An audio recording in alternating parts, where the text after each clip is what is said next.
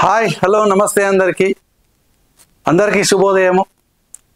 ఇంతకుముందు school assistant తెలుగుకు సంబంధించి సిలబస్ విశ్లేషణలో భాగంగా ఓన్లీ సిలబస్ మాత్రమే విశ్లేషణ చేశాను. అక్కడ ఈ అర్హతలకు సంబంధించి క్వాలిఫికేషన్ సంబంధించి తర్వాత వీడియోలో చేస్తానని చెప్పడం జరిగింది. చాలా డౌట్లు, అసలు ఎన్ని డౌట్ అంటే అన్ని డౌట్లు వస్తూ ఉన్నాయి. అసలు స్కూల్ అసిస్టెంట్కు సంబంధించి తెలుగుకు సంబంధించి ఇంగ్లీష్కి సంబంధించి క్వాలిఫికేషన్స్ లేకుండా అసలు ఏది రాయాలి అనేటువంటి సందిగ్ధంలో ఉన్నటువంటి వాళ్ళు చాలా వరకు ఉన్నారు. ఇప్పుడు నేనైతే ముందుగా స్కూల్ అసిస్టెంట్ తెలుగుకు సంబంధించి ఏ క్వాలిఫికేషన్లు ఉంటే ఎలిజిబుల్ అనేటువంటిది ఇప్పుడు నేను చెప్తాను. జాగ్రత్తగా కాన్సన్ట్రేషన్ చేయండి. ఇక్కడ స్కూల్ అసిస్టెంట్కు సంబంధించి తెలుగుకు సంబంధించి చూసినట్లయితే స్కూల్ అసిస్టెంట్కు డిగ్రీ ప్లస్ బిఎడ్ ఉండాలి. డిగ్రీ స్కూల్ అసిస్టెంట్ అని అంటే ఒకటే గుర్తుపెట్టుకోండి, స్కూల్ అసిస్టెంట్ మ్యాథ్స్కైనా ఫిజిక్స్కైనా సోషల్కైనా తెలుగుకైనా ఇంగ్లీష్కైనా BA or BSc or BCom అనేటువంటి విద్యార్హతలు కలిగి ఉండాలి. అంటే ఒకటే గుర్తుపెట్టుకోండి, డిగ్రీ ప్లస్ బిఎడ్. అంటే డిగ్రీలో ఏదైనా ఉండొచ్చు, బిఏ అయినా ఉండవచ్చు, బిఎడ్ అయినా ఉండొచ్చు. ఒకవేళ బిఏ లేకుండా కొంతమంది ఎంఏలు చేసే ఉంటారు, ఎంఎస్సీలు చేసి ఉంటారు, అదేవిధంగా ఎంకామ్లు చేసి ఉంటారు. వాళ్ళకు మరి ఎలాంటి అర్హతలు ఉండాలి, వాళ్ళు ఏ సబ్జెక్టులు రాసుకోవచ్చు అనేటువంటి దాని మీద కూడా ఇక్కడ నేను డిస్కషన్ చేస్తాను. ముందుగానైతే మా సబ్జెక్టు తెలుగు కాబట్టి నేను తెలుగు గురించి డిస్కషన్ చేసిన తర్వాత మిగతా సబ్జెక్టులకు వెళ్తాను. ఇంకా మీరు ఈ వీడియో చూస్తున్నప్పుడు మీకు ఏమైనా డౌట్స్ ఉంటే మాత్రం కమెంట్ బాక్స్లో చేయండి. నేనైతే వాడికి సందేహాలను అయితే నివృత్తి చేస్తాను. మరి ఇక్కడ బిఏలో తెలుగుకు సంబంధించి కాబట్టి ఒక ఆప్షనల్ సబ్జెక్టు తెలుగు చదివి ఉండాలి. ఆప్షనల్ సబ్జెక్టు 3 సంవత్సరాల్లో చదివి ఉండాలి. ఆప్షనల్ సబ్జెక్టు చదివి ఉండాలని అంటే చాలా వరకు తెలుగు 2 సంవత్సరాల్లోనే ఉంటుంది. ఫస్ట్ ఇయర్లో సెకండ్ ఇయర్లో మాత్రమే ఉంటుంది. కానీ ఇంకొక విషయం ఏంటంటే ఈ మధ్యలో 3 సంవత్సరాల్లో కూడా తెలుగు అనేటువంటిది వచ్చింది. మరి మెయిన్ సబ్జెక్టుగా కలిగి ఉండాలి తెలుగు మెయిన్ సబ్జెక్ట్, లాంగ్వేజ్గా కాకుండా మెయిన్ సబ్జెక్ట్గా కలిగి ఉండాలి. ఇప్పుడు బిఏలో టీహెచ్పి చేసినటువంటి వాళ్ళు ఉంటారు. టీహెచ్పి అంటే Telugu history political science. Next TEP చేసినటువంటి వాళ్ళు ఉంటారు, Telugu economics political science. TPP చేసినటువంటి వాళ్ళు ఉంటారు, తెలుగు పబ్లిక్ అడ్మినిస్ట్రేటివ్ అదేవిధంగా పొలిటికల్ సైన్స్. అలా కాకుండా కొంతమంది తెలుగు మ్యాథమెటిక్స్ చదివినటువంటి వాళ్ళు కూడా ఉన్నారు అంబేద్కర్ ఓపెన్ యూనివర్సిటీలో. అంటే 3 సంవత్సరాలలో ఒక సబ్జెక్టుగా కలిగి ఉండాలి. ఇప్పుడు మీరు బిఏ టీహెచ్పి అని అంటారు, అందులో ఆ టీహెచ్పిలో టీ ఉండాలి. మరి బిఏ ఈహెచ్పి అని అంటారు కదా, ఎకనామిక్స్ హిస్టరీ పొలిటికల్ సైన్స్. మరి ఎకనామిక్స్ హిస్టరీ పొలిటికల్ సైన్స్ అన్నప్పుడు అందులో తెలుగు ఆప్షనల్ సబ్జెక్టు ఉండదు. మరి అటువంటి వాళ్ళు దేనికి అంటే ఎలిజిబుల్ అని అంటే బిఏ ఈహెచ్పి ప్లస్ బిఈడిలో ఒక మెథడాలజీ చదివినటువంటి వాళ్ళు, సోషల్ మెథడాలజీ చదివినటువంటి వాళ్ళు స్కూల్ అసిస్టెంట్ సోషల్కు మాత్రమే ఎలిజిబుల్, కానీ తెలుగు ఎలిజిబుల్ కాదు. మరి ఇక్కడ బిఏలో తెలుగు ఒక ఆప్షనల్ సబ్జెక్టుగా కలిగి లేనటువంటి వాళ్ళు తర్వాత బిఎడ్ చేసి బిఎడ్లో ఒక మెథడాలజీ తెలుగు చదివి తర్వాత ఎంఏ తెలుగు చేసినటువంటి వాళ్ళు ఉంటారు కదా, చూసిర్రా?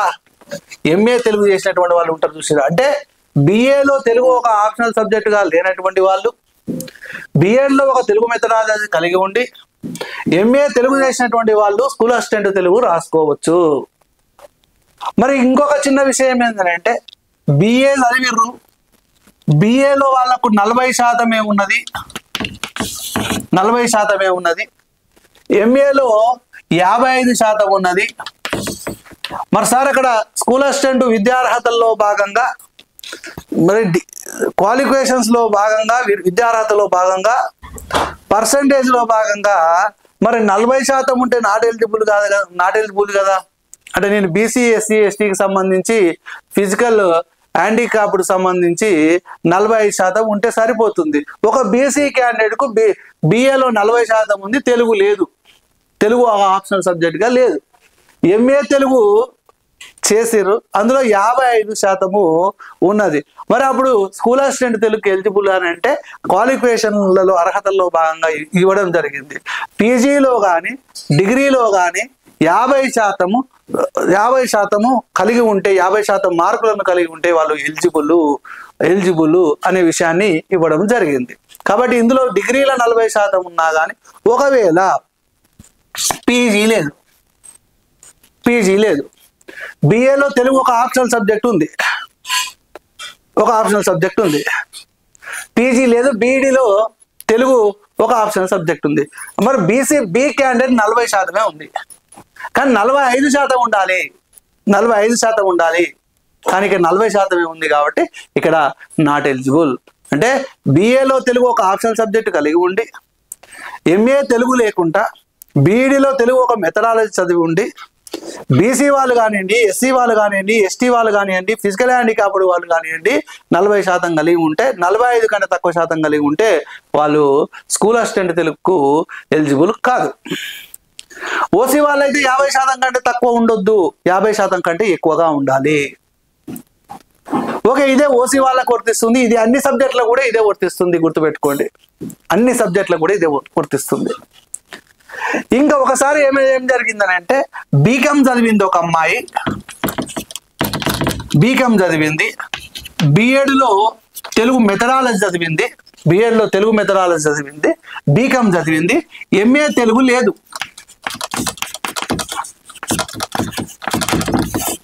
తెలుగు లేదు, కానీ ఎవరో బీకామ్ కాబట్టి, కామర్స్ కాబట్టి ఇందులో తెలుగు లేదు. ఎవరో ఏం చేశారనంటే, ఆల్రెడీ మనం ఫస్ట్ ఇయర్లో తెలుగు చదివినావు, సెకండ్ ఇయర్లో తెలుగు చదివినావు కదా, మరి ఎంఏ తెలుగు లేకున్నా కానీ తెలుగు రాసుకోవచ్చు అని అంటే, ఆమె బాగా కష్టపడి తెలుగు ఏదో విధంగా కష్టపడి చదివి ఒక జిల్లాకు ఫస్ట్ ర్యాంక్ వచ్చింది. తీరా సర్టిఫికేట్ వెరిఫికేషన్ పోయిన తర్వాత యు ఆర్ నాట్ ఎలిజిబుల్ అని చెప్పేసరికి ఎంత బాధ చూడండి. అంటే ఇలాంటి గైడెన్స్ లేకుండా, చాలా మంది గైడెన్స్ లేకుండా ప్రిపేర్ అవుతా ఉన్నారు. బిఎడ్లో సోషల్ మెథడ్ ఉంది, తెలుగు మెథడ్ ఉంది. ఈమె సోషల్ మెథడ్ రాసుకోవడానికి ఎలిజిబుల్ కానీ Telugu method social school assistant రాసుకోవడానికి ఎలిజిబుల్ కానీ తెలుగు స్కూల్ అసిస్టెంట్ రాసుకోవడానికి ఎలిజిబుల్ లేదు. తెలుగు రాయాలి అని అంటే డిగ్రీలో ఒక ఆప్షనల్ సబ్జెక్టు లేకుండా, బీఈడీలో ఒక సబ్జెక్టు చదివి, బీఈడీలో ఒక మెథడాలజీ చదివి, ఎంఏ తెలుగు సబ్జెక్టు చేసినటువంటి వాళ్ళు మాత్రమే స్కూల్ అసిస్టెంట్ తెలుగుకు ఎలిజిబుల్. అదేవిధంగా స్కూల్ అసిస్టెంట్ ఇంగ్లీష్ కూడా చాలా వరకు బిఏ, బీకామ్, బిఎస్సి చదువుతారు, బీఈడీలో ఒక ఇంగ్లీష్ మెథడాలజీ తీసుకుంటారు, తర్వాత ఎంఏ ఇంగ్లీష్ చేస్తారు, వాళ్ళు కూడా ఎలిజిబులే. ఒకవేళ డిగ్రీలో పర్సంటేజ్ లేకపోతే పీజీలో ఉన్నదనుకోండి, ఏది ఎక్కువగా ఉంటే దాన్నే పరిగణలోకి తీసుకోవడము జరుగుతుంది. ఒకవేళ పీజీ లేకుండా డిగ్రీలో మార్క్స్ పర్సంటేజ్ తక్కువ ఉందనుకోండి, అప్పుడు దాని ప్రకారం లేకపోతే మాత్రం వారైతే ఎలిజిబుల్ కాదు. ఇది ఒకటి. నెక్స్ట్ ఇంకొక విషయం ఏంటంటే, ఇప్పుడు బిఎస్సి ఒక అమ్మాయి డిగ్రీలో బీజెడ్సి చదివింది, బాటనీ, జువాలజీ, కెమిస్ట్రీ. ఇంకా బిఎడ్లో ఒక మెథడాలజీ ఏమో బయోసైన్స్, ఒక మెథడాలజీ ఏమో తెలుగు, ఎంఏ తెలుగు లేదా మాకు. ఇప్పుడు ఈ బిఎస్సి బీజెడ్సి చదివినటువంటి అమ్మాయి బిఎడ్లో తెలుగు మెథడాలజీ ఉంది, ఈమె స్కూల్ అసిస్టెంట్ బయోసైన్స్ మాత్రమే రాయడానికి అర్హురాలు కానీ తెలుగు రాయడానికి లేదు. ఎందుకు మరి? తెలుగు మెథడ్ ఉంది కదా సార్, చాలా వరకు అవగాహన లేకుండా బిఎడ్లో 2 మెథడ్లు చదివినాం కదా, బయోసైన్స్ మెథడ్ చదివినాము, తెలుగు మెథడ్ చదివినాం కదా. మరి బిఎస్సిలో ఫస్ట్ ఇయర్లో తెలుగు చదివినాం, సెకండ్ ఇయర్లో తెలుగు చదివినాం కదా, థర్డ్ ఇయర్లో ఆప్షనల్ సబ్జెక్ట్ ఉండకుండా కానీ తెలుగు చదివినాం అని ఎవడో చెప్పంగా విని పరీక్ష రాసి తీరా సర్టిఫికేట్ వెరిఫికేషన్స్ పోయిన తర్వాత వెనుకకు రావడము జరిగింది. చాలా వరకు ఇట్నే జరుగుతూ ఉన్నాయి. అంటే వీళ్ళు స్కూల్ అసిస్టెంట్ బయోసైన్స్ మాత్రమే రాయడానికి ఎలిజిబుల్ కానీ స్కూల్ అసిస్టెంట్ తెలుగు రాయడానికి ఎలిజిబుల్ కాదు. ఇట్నే చూసుకున్నా. ఒక అబ్బాయి బిఎస్సి బీజెడ్సి చేసిండు, ఇంకొకటి బిఎస్సి ఎంపీసీ చేసిండు, బిఎస్సి ఎంపీసీఎస్ చేసిండు, చూద్దాం, ఈ మూడింటి కలిపి చెప్తా. బిఎడ్లో బీజెడ్సీ చేసినటువంటి అబ్బాయి కాకుండా బీజెడ్సీ చేసినటువంటి అబ్బాయి బిఎడ్లో బయోసైన్స్ మెథడ్, అదేవిధంగా ఇంగ్లీష్ మెథడ్ చదివిండు. బీఎస్సీలో బీజెడ్సీ చేసినటువంటి ఒక అబ్బాయి బిఎడ్లో బయోసైన్స్ ఒక మెథడ్, ఇంగ్లీష్ ఒక మెథడ్ చదివిండు. కానీ ఎంఏ ఇంగ్లీష్ లేదు. కానీ ఇక్కడ బయోసైన్స్ స్కూల్ అసిస్టెంట్ రాయడానికి మాత్రమే అర్హుడు.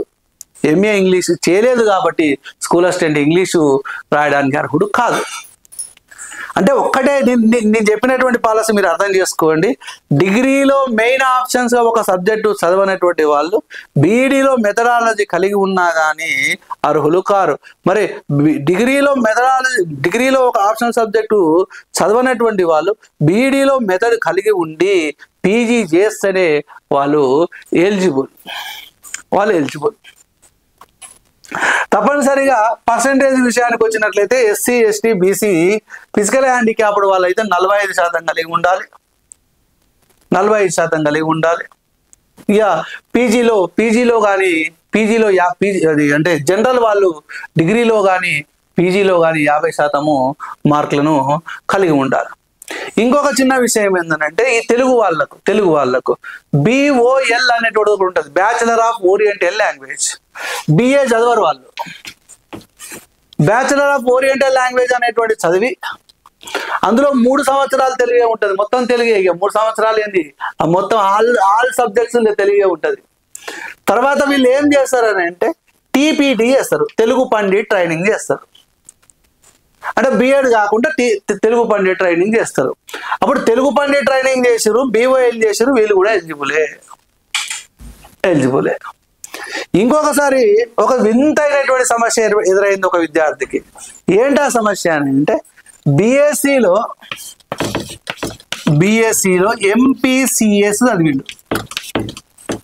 ఎంపీసీఎస్ చదివిండు బీఎస్సీలో. బిఎడ్లో మెథడాలజీ ఏందనంటే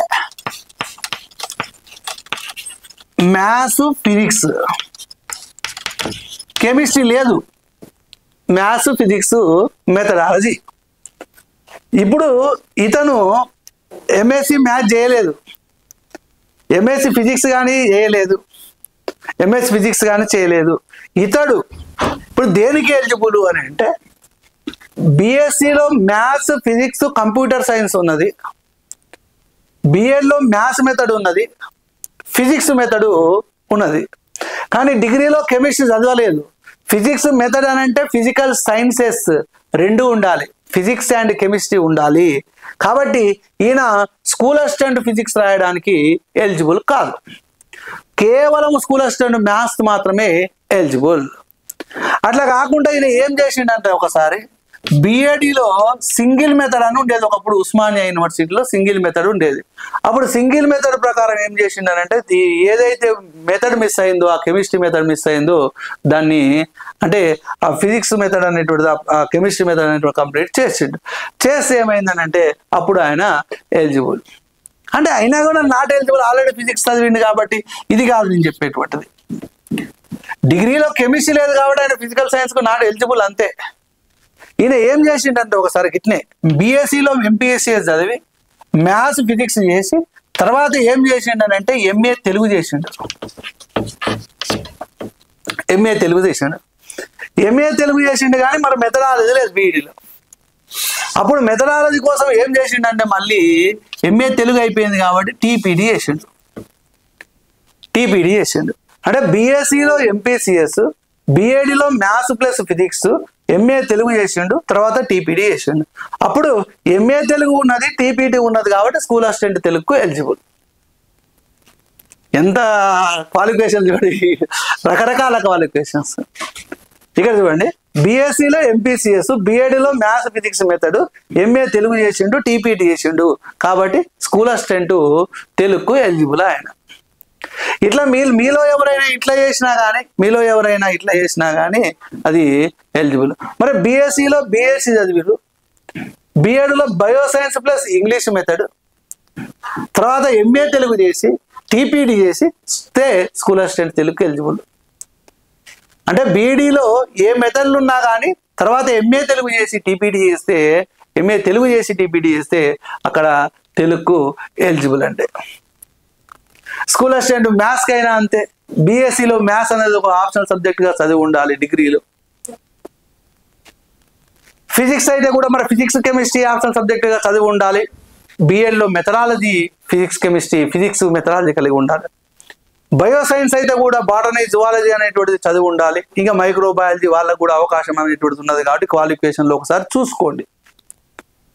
స్కూల్ అసిస్టెంట్ అయితే కామర్స్ వాళ్ళకు కూడా అవకాశం ఇచ్చారు కాబట్టి కామర్స్ వాళ్ళు, బీకామ్ వాళ్ళు, ఎంకామ్ వాళ్ళు, అదేవిధంగా బిఏలో మరి ఈఎస్పి వాళ్ళు కానివ్వండి, టీఎస్పి వాళ్ళు కానివ్వండి, 2 ఆప్షనల్ సబ్జెక్టులు, సోషల్లో 2 ఆప్షనల్ సబ్జెక్ట్ చదివినటువంటి వాళ్ళు కూడా ఎలిజిబులే.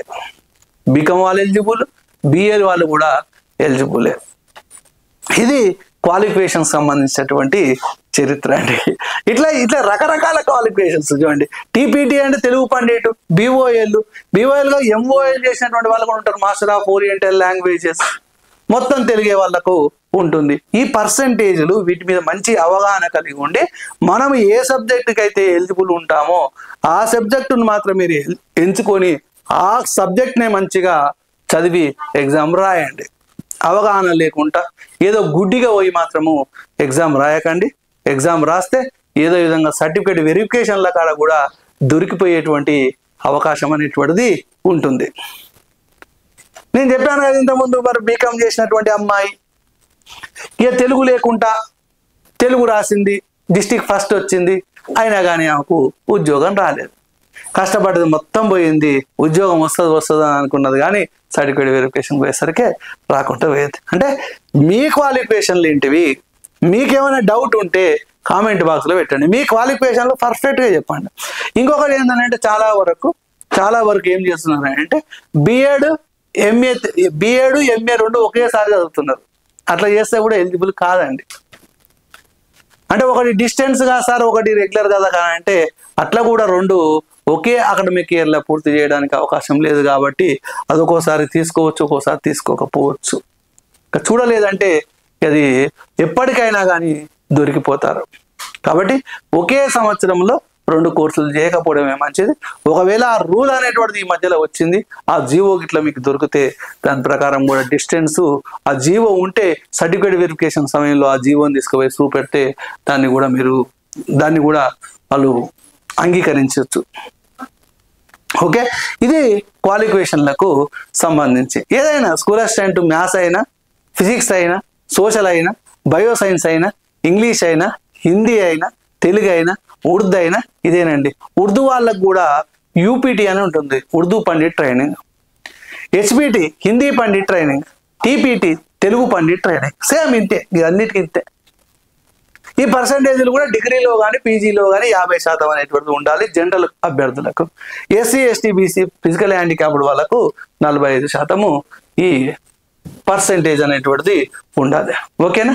ఎవరైతే మొట్టమొదటిగా ఈ టీఎల్జీ స్టడీస్ అనేటువంటిది చూస్తూ ఉన్నారో, సబ్స్క్రైబ్ ఒకవేళ చేయకపోతే వెంటనే సబ్స్క్రైబ్ చేయండి. నేను చెప్పినటువంటి సమాచారం మీకు ఏ ఒక్క రకంగా కొంత ఉపయోగం అయినా కానీ లైక్ చేయండి. ఈ సమాచారాన్ని మరి కొంతమందికి చేరవేయాలనుకుంటే షేర్ చేయండి.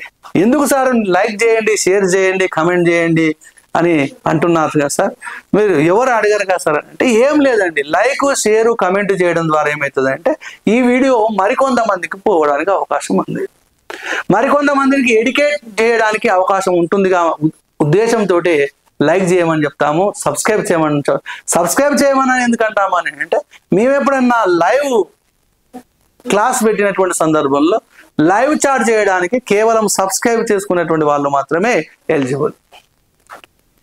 ఓకేనా? రైట్, థ్యాంక్ యూ అందరికీ. మీకేమాత్రం డౌట్ ఉన్నా కానీ కమెంట్ బాక్స్లో కమెంట్ చేయండి. Thank you.